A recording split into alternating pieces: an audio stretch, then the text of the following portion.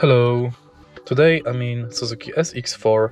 In this video I'll show you steering wheel buttons functions. Let's start with the left side of the steering wheel. And thanks to this panel we can manage the radio. If you please press mode button, you'll change the radio frequency.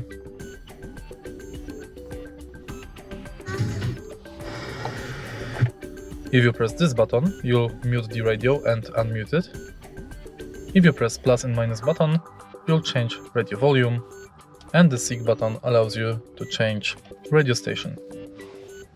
Of course, if you press right here, you will use horn. And that's it. If you find this video helpful, please leave like, comment and subscribe.